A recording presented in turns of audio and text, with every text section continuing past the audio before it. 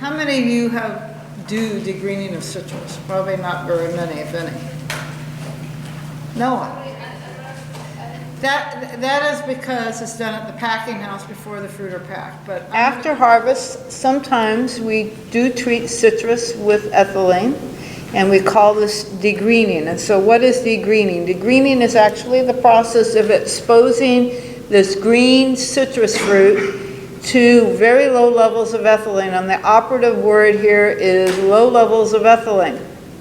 Okay, so far, when we've talked about ripening the mango and the papaya and the bananas, we're talking 100 parts per million ethylene, above 10 parts per million ethylene.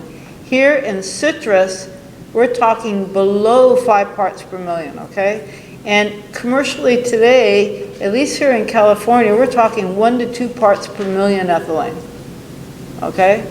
100-fold less than the 100 parts per million that we're treating the papaya and the mango and the banana with. Okay, so the operative word here is low.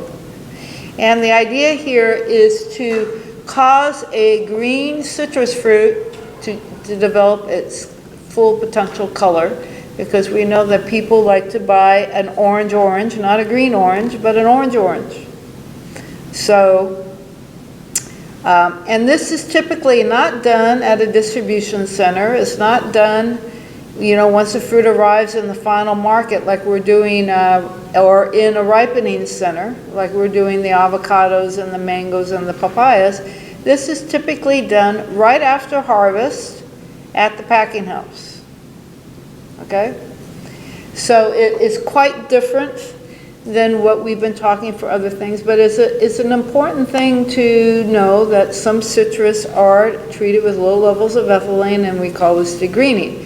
So there's many factors that influence the response of the citrus fruit to ethylene. So just like everything else that we talked about, fruit maturity, Jeff just spent a long time talking about mango maturity. And fruit maturity affects the response, the vigor, how vigorous the tree is, and climate plays a big role on the degreening process. So typically here in California, because we have cool winter temperatures, we actually get natural coloration on the tree. Okay, and that is influenced by climatic conditions, and we'll talk about that in a second. And then sometimes what the grower does in the field, it can also affect not only the natural coloration of the fruit in the field, but also its response to ethylene in the packing house. So we know that immature fruit, fruit that are not quite mature yet, they don't respond very well to an ethylene degreening treatment. Fruit from trees that are really vigorously growing, there's a lot of data, over a century of observations in the literature, that fruit can be difficult to degreen. And we know that natural color break in the field needs to be initiated, and that's usually related to, you can see nighttime temperatures between 45 and 55 degrees Fahrenheit. That is what sort of initiates the natural coloration on the tree. And actually natural color break should have been initiated before we start harvesting and trying to degreen the fruit. Okay, so if you're here in California and you're at the beginning of the navel orange harvest season, people are talking about color break. Have you seen color break start yet? Everybody's waiting for color break, because part of the minimum maturity standard, although it's largely based on the sugar and acid content of the fruit, you also have to reach a certain minimum color on the fruit, and everybody's waiting for color break. And so if we have a warm fall, everybody's talking about color break is delayed. We're not seeing the color break because we're not having these low nighttime temperatures. The other thing is, for California Valencia orange, where there was a lot of work done, you can see the optimum is for a 68-degree day followed by a 45-degree night. And again, then soil temperature is also important. You want to see the soil temperature dropping down around 54 degrees. So this onset of the cool weather that's associated with winter. Now, other things that affect color break are the rootstock. So if we have some rootstocks that promote very vigorous, large trees, the fruit from those trees tend to reach natural color break a little bit later. If you've applied for an insecticide treatment, a summer oil, that can delay it. We treat a lot of the navel oranges and some of the other citrus in California with a pre-harvest, pre-color break gibberellin application. That delays natural coloration on the fruit because the gibberellin inhibits the process that I'll show you, talk about, and how we get color development in the citrus. There's also data in the literature, again, a lot of experience, that if you are a little bit heavy-handed with nitrogen, that will delay the natural coloration of the fruit. So, how do we degreen the fruit? So, similar to what we've talked about before, we have the key ingredients: ethylene, proper temperature, good humidity, and good air circulation, and also then ventilating the room and not allowing the buildup of volatiles that could potentially inhibit the process. So we'll talk a little bit about that. So the degreening process, the key is ethylene, and it results in the destruction of the chlorophyll, which is the green pigment in the peel, and the development of carotenoids, which are the orange pigments. And you will see a slight increase in so even though the citrus is a non-climatic fruit, it inherently has a low rate of respiration. You will get some stimulated respiration, but this effect with the low ethylene is very transitory, and I will show you a slide. I think I have one in here that will show that. It may stimulate volatile production within the fruit, but you see greater stimulation of the volatiles in the green versus yellow lemons, in a work that was done back in the 1960s. We've looked at this in navel oranges, the volatiles, and again we saw the same thing, that when the fruit are green and you treat it with ethylene, you have a greater stimulation of the inherent volatile production in the citrus than with a fully colored fruit. And that is probably because a lot of the volatiles have already developed naturally on the tree.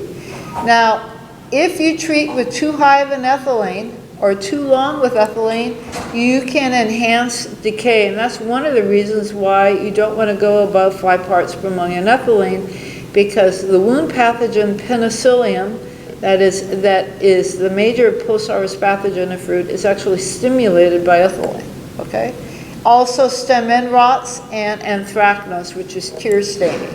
It hastens the abscission or the blackening or browning of the button of the fruit. And some of the literature indicates then don't go above 5 parts per million. And today with a better room design, as I said earlier, 1 to 2 parts per million ethylene. So what happens? So we pick a fruit, it's already reached natural color break, but it's still pretty green, but we want to go to market, we want to have a nice looking fruit. So the green pigment is chlorophylls. It's found in a structure called chloroplast, and then we also have photosynthetic carotenoids in the peel.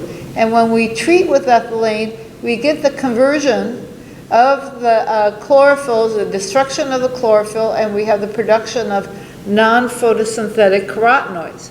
And that occurs in a specialized structure called the chloroplast.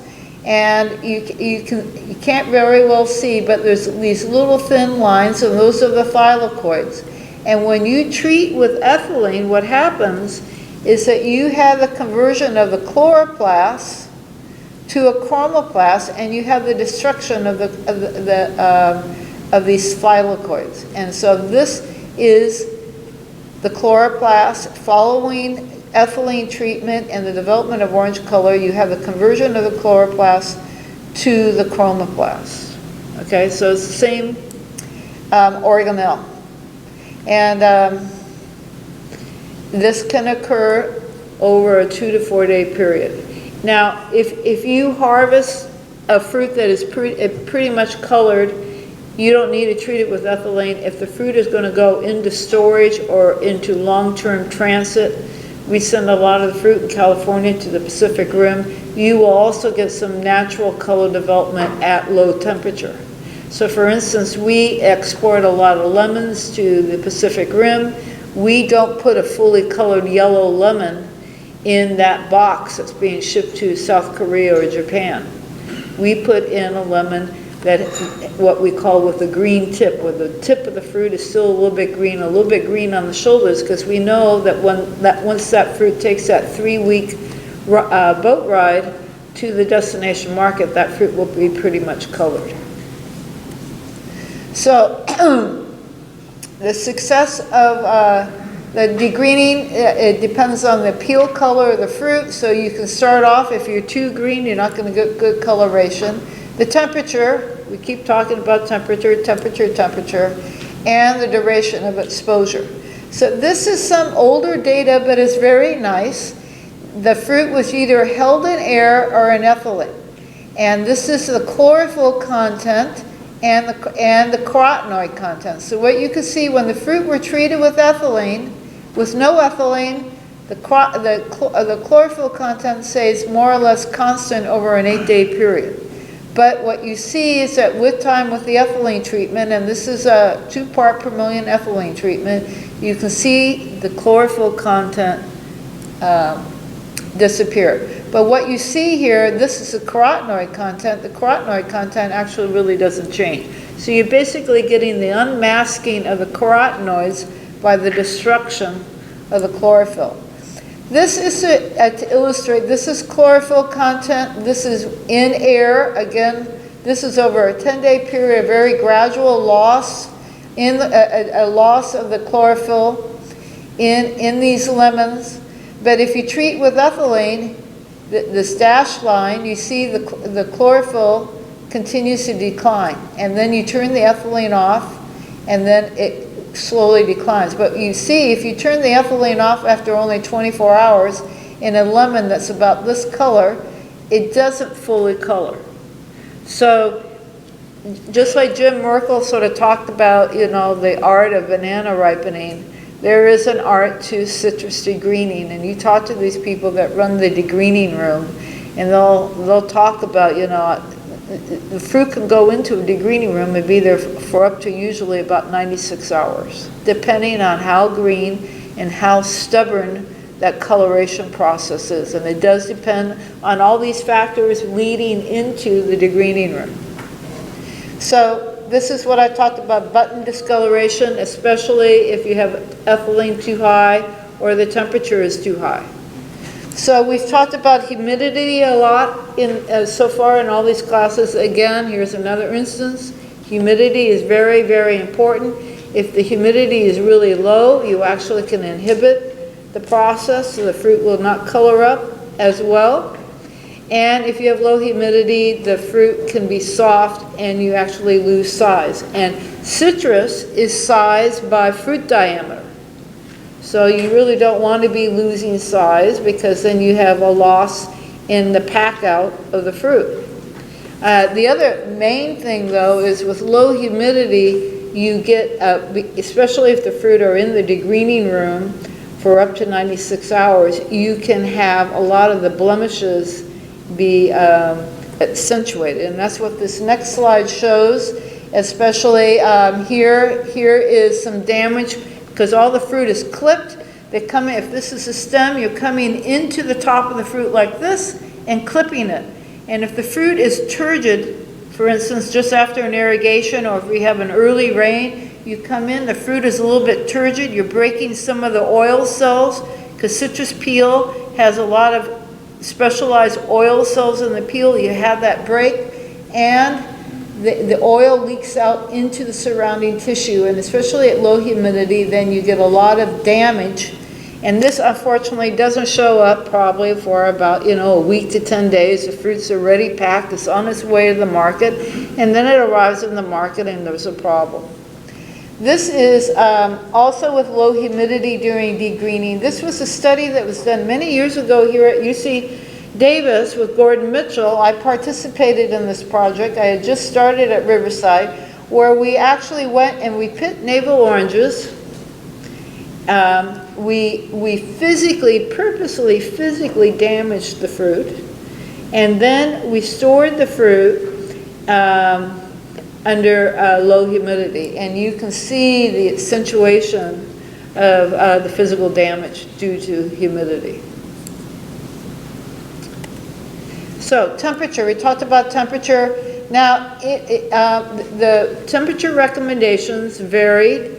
In Florida, where they degreen at a higher temperature, but their ambient conditions are higher, and they typically don't get as good a coloration in Florida as we do with our California fruit. So 29 degrees Celsius is about 84 degrees Fahrenheit, versus about 68 to 70 degrees here in California we like to degreen the fruit at. We know, just like Jeff talked about, that you can inhibit the process. We know that this carotenoid, high temperatures can inhibit the carotenoid pigments, and typically above 86 degrees. And if you go into the tropics, I remember when I finished, I grew up in California eating oranges. I graduate with my undergraduate degree and I go to West Africa, and they have oranges, but they're green. I go, I'm not going to eat this thing's not ripe. But you know, they were wonderful oranges. But because of the climatic conditions there, the fruit did not color. So air circulation, I don't need to belabor this. We need to have good air circulation for many reasons to equalize the temperature in the room. The fruit are typically harvested in these 1,000-pound bins, 900 to 1,000 pounds, and you need to make sure that you get the ethylene to all the fruit in the room. We also know that high carbon dioxide can inhibit the action of ethylene, as been mentioned. The literature in citrus is a little bit conflicting. Typically 1%, back even in 1960, was shown to inhibit. But there's some data out of Israel that showed that the fruit could tolerate higher levels. In general, good rule of thumb, we did some work on lemon degreening at the Kearney Egg Center several years ago. You do slow it when it's above 1%. So the typical recommendation is keep the carbon dioxide below 1% in the degreening room. So another reason why you need good air circulation. So there are packing house treatments that will affect the degreening process. Bin drenching typically the bins will be drenched prior to going to the into the degreening room with the fungicide in that drench, because of the long time that the fruit could be in the degreening room. There's some indication that if you wash the fruit, that may increase the time for degreening. No one really knows why, but there is circumstantial evidence for that. We do know definitely if the fruit is waxed or coated in any way, that inhibits the degreening process. And then a lot of times what packing houses do is they will sort the fruit and prior to putting the fruit in the degreening room based on color, so they can keep better control of the process. So what do we degreen? In California, we degreen early season navel oranges.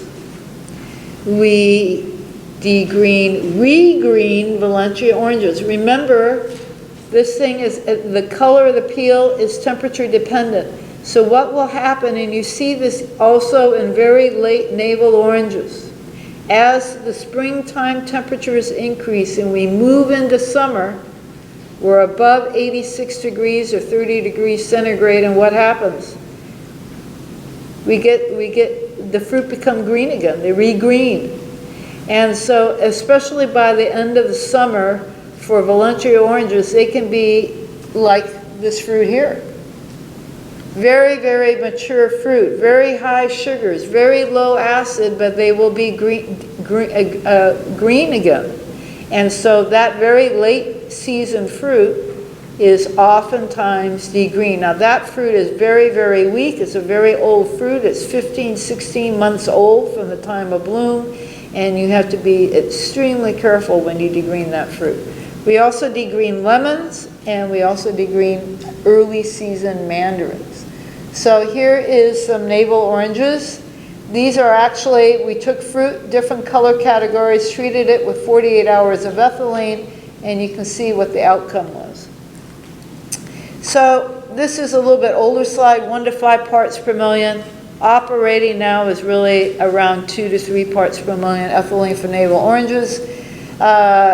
20 to 21 degrees Celsius, 90 to 95% humidity, and less than 1% CO2. And you can see the rooms are brought in, the fruit are brought in in the bin.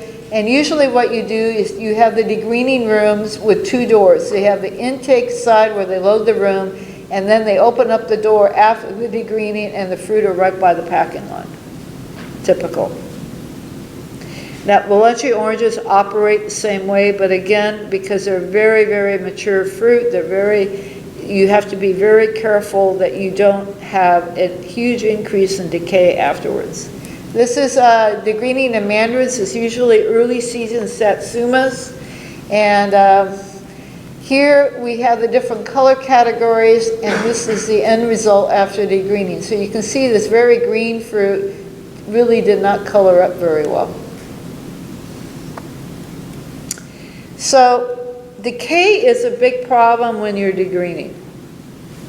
So this is typically the fruit are harvested, and then they can go directly into the degreening room, not recommended, or they can go into some kind of drench where the fruit are drenched in the bin. A lot of times with thiobendazole, SPC is sodium bicarbonate and chlorinated water. We now have new fungicides that can be, the fruit can be treated with, because the fruit can be in the degreening room for up to 5 days. We know from a lot of work that's been done all over the world that you need, the main post-harvest decay issue for citrus is the penicillium green mold, Penicillium digitatum, and secondarily Penicillium metallicum, which is the blue mold. These are wound pathogens, so they're present in the soil, they're present in the tree, and it's inevitable you're going to have some fruit that are wounded when they're harvested. And we know that the window of opportunity to protect the fruit is within 24 hours, preferably 12 hours of harvest with the fungicide. And so it's very important to protect the fruit going into the degreening room. And so here is the 2 culprits. Green mold or digitatum is more prevalent. This is more of a long-term storage problem, develops at low temperature. This one develops at higher temperature. But this is, you can see here, this is another name for this is clear rot. It'll actually start and it's soft but clear. And then it transitions into being brown, and if you would look carefully, you could probably find either a thorn, a fingernail. A lot of people, harvesters will wear gloves, or if you have any sticks or twigs in the picking bag, another source of wounding. But you can see what this is actually taken in a bin where the fruit were not treated in the degreening room. So you can see that this is fairly progressive. This one's already starting to sporulate. And the outcome then, of course, is you have a big mess after about 5 days in the degreening room if the fruit have to be in the degreening room for a long time. So we degreen lemons. So in California, we grow in the desert down in Coachella Valley, going down into Yuma, Arizona. And that fruit is picked in August and September. So we have warm temperatures. The fruit will typically be picked like this. And so that fruit's going directly to market. And so that fruit will be degreened. It will be washed. It will be color sorted, and then it will go into the degreening room, typically treated with a storage wax of some sort. Then we also grow lemons down in Ventura County, very coastal. That fruit can also be degreened, but typically that fruit is picked from a silver to these 2 colors. And they're stored for a very long period of time, and but unless the market is very hot and needs lemons, that fruit is typically not degreened. And so with lemons, what you do, you have pre-degreening, you bring the fruit in, you again treat with some kind of fungicide treatment. The fruit, you treat with a fungicide, storage wax, typically mazzola or thiobendazole. We now have new materials that we're getting MRLs for so that we can treat and ship elsewhere. And then the fruit go through a color sorting, and then they can go into degreening, okay? So the fruit, and here the idea is that we know the storage wax will slow down the degreening process, but because the fruit has been washed, we have to protect the fruit, the peel from dehydration, so it's a sort of a trade-off. And the storage waxes are usually, quote, designed to just protect against water loss. Not always. So, in summary, ethylene degreening of citrus, 1 to 5 parts per million. The trend is down into the 1 to 3 part per million range.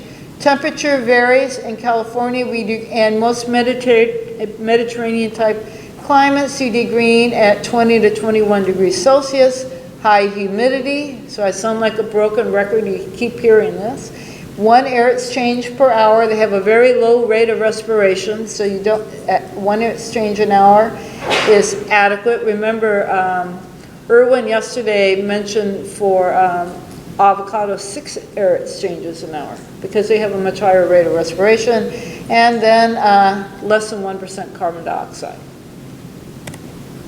So I think I'm pretty much on time. Any questions before we take a